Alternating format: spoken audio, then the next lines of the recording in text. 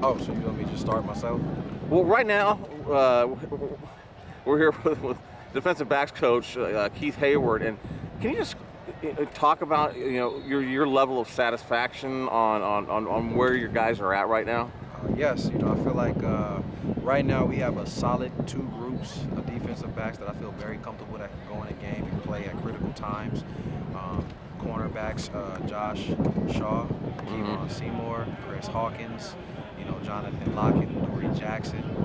Those guys are ready to play. And at safety, Leon McQuay, Stuart Cravens, Gerald Bowman, John Plattenberg. So I feel very, very confident in those guys, and they've all progressed. The guys who were here in the spring have all progressed from spring into the fall, and then the young kids with Adoree and then Plattenberg and Lockett. We're still waiting to see what Lamont Simmons is going to do as far as a red shirt, but those guys have come on pretty good here in our fall camp. And with Lamont and his redshirting, I haven't been around to all the practices. What is this situation right now? Just right now, we talked to him about possibly redshirting. Okay. But we feel like as a staff he needs to develop a little bit more. You can't teach his size. He got great length and great speed, but just felt like he just needed to develop a little bit more. And I guess the fact that you guys are talking about redshirting him means your level of confidence in the guys that are going to be playing is fairly high. That's correct.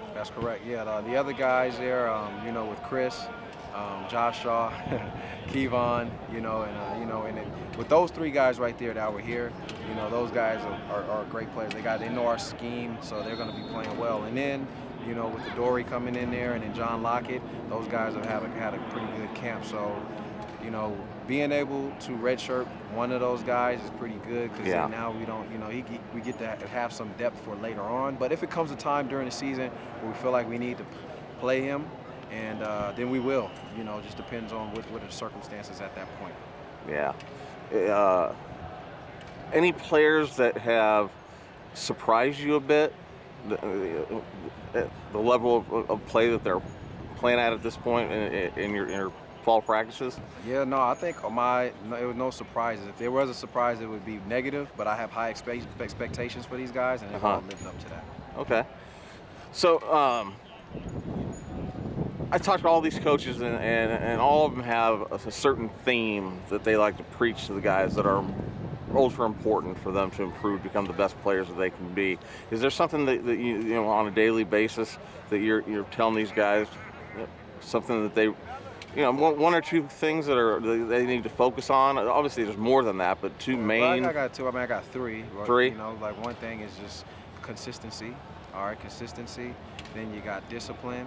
And then you got execution, You got discipline and execution. So, because you got to be consistent in the back end as a defensive back. You got to execute your technique.